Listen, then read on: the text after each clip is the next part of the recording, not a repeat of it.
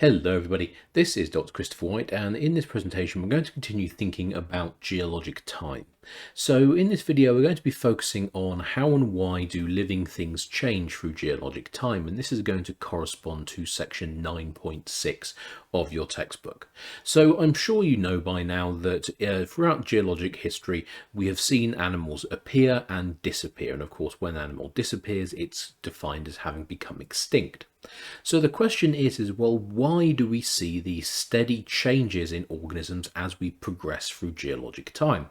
Well, the simple answer is that evolution is responding to changes in the environment.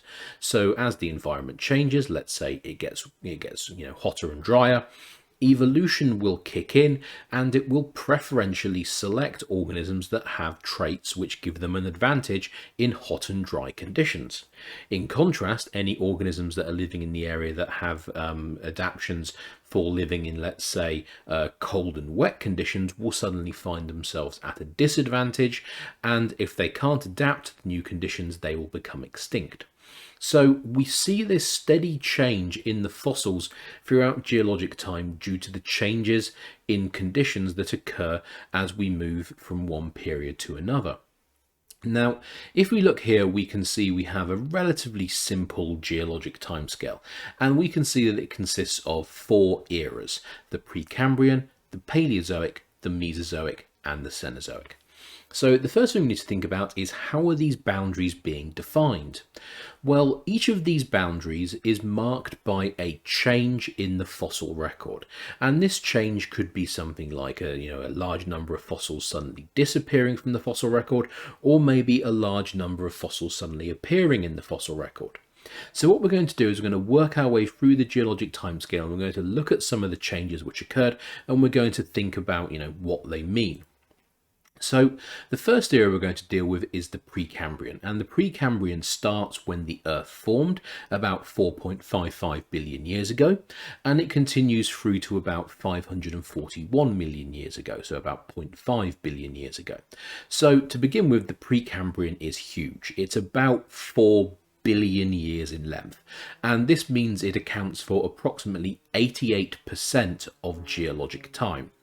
So the first thing you're thinking is, whoa, that is a lot of time. Why is the geologic timescale set up in this way? Well, the problem is it's all down to fossils.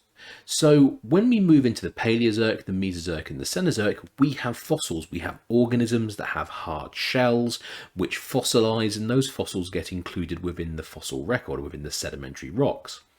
And so we can use the fossils to define rocks that were deposited during the Paleozoic, the Mesozoic or the Cenozoic. The problem with the Precambrian is that the life that existed during this period was on the whole microscopic, so it's very difficult to see the fossils. Or when life did start to get more complex, so you had multicellular life, the multicellular life tended to be soft-bodied. It didn't have a skeleton or a shell, and this means it's very unlikely to successfully fossilize. So what happened was early geologists were moving through the rock record, and they could see fossils in rocks that came from the Paleozoic, they could see fossils in rocks which they would date to the Mesozoic, they could see fossils in rocks which they could date to the Cenozoic. But rocks that came from the Precambrian were fossil free. And so what happened was the geologists, when they saw these rocks which didn't have any fossils in them, they would just look at them and go, right, well, I can't do anything with this because I don't have the capacity to date this layer of rock because there are no fossils. So what I'm going to do is I'm simply going to put this rock in the Precambrian. And so this explains why the Precambrian is so large, because for about 4 billion years of Earth's history, we had no hard-bodied organisms. They didn't make their appearance until about 541 million years ago. So this is why the Precambrian is so large. Now, in terms of fossils that we see from the Precambrian, they are typically the fossils of relatively simple creatures, often soft-bodied. So once again, think of an organism a bit like a sea cucumber, relatively simple, not much complexity to it. Or we have organisms that tend to leave behind constructed fossils. So if we look here, we can see we have a sequence of, once again, very, very thinly bedded sediments, and these sediments are forming distinct mound-like structures which we call stromatolites. And these stromatolites are the result of a build-up of layers of photosynthesizing algae. So each of these layers represents one layer of photosynthesizing algae that got covered by sediment, then a new layer forms, that gets covered by sediment, a new layer forms, that gets covered by sediment, and so on and so on and so on, until you end up building a three-dimensional structure that looks essentially like a little mound. And so although the fossils themselves, the single-celled photosynthesizing algae, are not visible, they've decomposed, they're gone. Same goes for the simple creatures. Once again, their bodies don't tend to be fossilized. Instead, we tend to find the impressions of them. What we can see here is simply the trace of the organism. The original organism itself is gone. There typically are no body fossils. What we're looking at are impressions of the organism or constructed features such as the stromatolites. Now, as we move into the Paleozoic, we see a very substantial change in the fossil record. So as we transition from the Precambrian to the Paleozoic, we see something which is referred to as the Cambrian Explosion. And the Cambrian Explosion is the result of large numbers of different organisms developing hard shells. And once these organisms have hard shells, they are far more likely to successfully fossilize. So all of a sudden, as we transition from the Precambrian to the Paleozoic, we see a sudden explosion in the number of fossils in the sedimentary rock record. So we start seeing organisms like trilobites making their appearance. We start seeing simple fish making their appearance. We start seeing, groups such as the bivalves and the brachiopods, which we would typically put together and simply refer to as mollusks. So we start seeing lots of organisms making their appearance in the Paleozoic. And because they have these hard bodies, these shells and skeletons, they get preserved far more efficiently. And so once we have organisms that have hard bodies, be it in the form of a shell or a skeleton, we also see organisms getting larger. Because once you have a skeleton or a shell, it means you have attachment points for muscles. And so once you have attachment points to muscles, essentially they're attaching to a framework, it allows the organism to increase its size. So as we move from the Precambrian, organisms tend to be simple and relatively small. And as we transition into the Paleozoic, we start seeing organisms which are more complex and larger. And some of the organisms that we begin to see are organisms such as crinoids, sometimes referred to as sea lilies. They're a type of filter-feeding, almost coral-like organism. They're actually related to sea urchins. We also have corals, we have clams, and we have certain other mollusk-like creatures. We have simple fish making their appearance. We have the plants moving on to the land as well. So at the moment I've just been talking about the oceans, but during the Paleozoic we see the plants make their way onto the land. We see the insects and the arachnids making their way onto land. We eventually see fish evolving to produce amphibians which make their way onto land. We then see amphibians evolving into reptiles which are obviously living on the land. And then right at the end of the Paleozoic we begin to see one group of reptiles in particular beginning to transition to give us mammalian-like reptiles, which will eventually evolve to give us the mammals. So the Paleozoic is a period of very extreme evolutionary change. So there's lots of adaptation going on. And all this adaptation is being driven by constant changes in conditions. So the Paleozoic wasn't one constant unit, it wasn't homogeneous. There was lots of stuff going on. So for instance, during the Devonian, on the whole, global conditions were quite hot and quite dry. So, there was lots and lots of deserts during the Devonian period. So obviously that would favour organisms which were more suited to these hot, dry conditions. In contrast, when you move into the Carboniferous, we see a change in global conditions to a slightly lower temperature, but it's still pretty warm. But we tend to see humidities rising, so the conditions are a lot wetter. So warm conditions, lots of rain, that leads to the formation of huge forests. And so during the Carboniferous, we see this change in the organisms that exist. In the Devonian, we tend to see organisms that are just suited for these hot, dry conditions. And as we go into the Carboniferous, we begin to see organisms which are better suited to these warm, wet conditions. And then as we transition from the Carboniferous back to the Permian, we go back to these hot, dry conditions again. And so this is helping to drive the differences in evolution. So when you think about it, amphibians tend to like relatively humid conditions, so they're going to do quite well during the Carboniferous. But as we transition from the Carboniferous into the Permian, we're going to see a change in conditions, things getting hotter and drier, and that's going to start putting stress on the amphibian population. So amphibians aren't going to be suited to these conditions. However, the reptiles, who are very well suited to hot, dry conditions, will obviously have the relevant skills in order to survive in these new environments, and they will begin to dominate. And of course, we know that the dominance of the reptiles began in the Paleozoic, but it really came to the fore in the Mesozoic, when of course we see the appearance of the dinosaurs.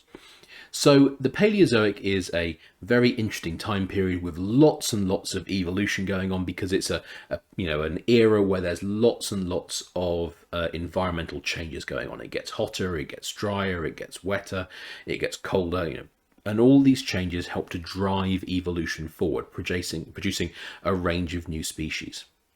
Now, in terms of the Paleozoic, obviously, as I said, the beginning of it is marked by the Cambrian Explosion, and the end of it is marked by the Permo-Trias Mass Extinction. And this is arguably the largest mass extinction that's ever happened on Earth. About 96% of all marine invertebrates, so that's animals that don't have spines, died out. So it did absolutely terrible damage to the marine ecosystems, and it did very substantial damage to the continental ecosystems. We see thousands of species going extinct very, very quickly. So this is a mass extinction event. So what we see as we move from the Paleozoic into the Mesozoic is we see initially we have a sudden loss of numerous species. That's the Permo-Trias mass extinction. And then as we move into the Mesozoic, we obviously see organisms beginning to move into the environmental niches that have been left by these organisms that have become extinct. And so we begin to see new species moving into these environments. And of course, there's also a changing condition. So one of the things that we notice in the Mesozoic is initially during the Triassic, it starts off relatively warm and dry. So it's a bit of a continuation of the Permian. However, as we move into the Jurassic and the Cretaceous, we tend to see conditions staying warm, but they begin to become a bit more humid. And of course, this means there's a lot more plant material around. And so this means if there's lots of plant material around, well, that means there's lots of food for animals, including the dinosaurs. And so this change from the hot, dry conditions of the Triassic to the slightly more humid conditions of the Jurassic and the Cretaceous helps to drive the evolution of the dinosaurs, because all of a sudden there's more food, and this means dinosaurs can get larger. So as the herbivorous dinosaurs get larger, well, that means the predatory dinosaurs that feed on them also have to get larger in order to be able to kill them. So we start to see dinosaurs getting bigger and bigger and bigger over time. And of course, this leads to the evolution of apex predators such as Tyrannosaurus rex, which is a truly huge predator, which is obviously designed for attacking and killing very, very large herbivores. So we see as we transition from the Paleozoic to the Mesozoic, we initially have a mass extinction, and then we have life essentially moving back into the niches that have been vacated, and new evolution taking place as new organisms begin to adapt to these niches and take them over and take them for their own. So during the Mesozoic, we see the appearance of three rather important groups. We see the appearance of the dinosaurs. We also see the appearance of a group of organisms which we refer to as the Angiosperms. These are the flowering plants. And just to give you some idea, about 90% of all plants on Earth are angiosperms. So they're an extremely important group of plants. And of course, although it's not mentioned in this particular slide, we also, in this particular paragraph here, we also see the appearance of the birds. The birds begin to make their first appearance in the Jurassic, and they begin begin to become more and more established into the Cretaceous. And of course, we know that the birds went and evolved from a group of dinosaurs which we refer to as the theropods. So these were the meat-eating dinosaurs that used to walk on two legs, a bit like Tyrannosaurus rex. However, the birds probably evolved from a subgroup of theropods which are referred to as the raptors, and so that's a group that includes animals like Velociraptor from the Jurassic Park movies and Utahraptor. So as we transition from the Mesozoic to the Cenozoic, what do we see? Well, once again, we see one of these mass extinctions. And of course, we know this one quite well because this is the KT mass extinction, when a meteorite came slamming into the Earth and it wiped out the dinosaurs. It did very substantial damage to a lot of organisms. So once again, as we reach the end of the Mesozoic, we see one of these mass extinction events where we have thousands of species suddenly disappearing from the rock record. And so, of course, that gives us a very nice, well-defined line in the sedimentary record that allows us to say, right, that's where the boundary falls. And then as we transition to the Cenozoic, once again, we see evolution kicking in, and we see organisms moving into environmental niches to replace the animals that have become extinct. So during the Cenozoic, what do we see happening? Well, we see a few things. Number one, although we initially think of the Cenozoic as being the era of the mammals, because obviously humans being mammals, we tend to think we're great, initially the Cenozoic was actually the era of the birds. So relatively early in the Cenozoic, it's not the mammals that actually, make the move first, it's the birds. And so this results in the development of a whole range of ground-based birds, essentially birds that can't fly because they get too large. And some of these birds are referred to as terror birds, and they're absolutely huge. So once again, just think of a Velociraptor from Jurassic Park, but a bird instead, and you've kind of got an idea about what you're dealing with. Now, eventually, the birds began to be outcompeted by the mammals, and steadily over time throughout the Cenozoic, the mammals have become more and more dominant. Now, also in the Cenozoic, we see the appearance of grass, and grass is relatively important because, as we know, it's a major food source for a lot of the herbivores that live on planet Earth now. So grass is very, very adaptable as well, and it can exist in both very wet conditions and very dry conditions.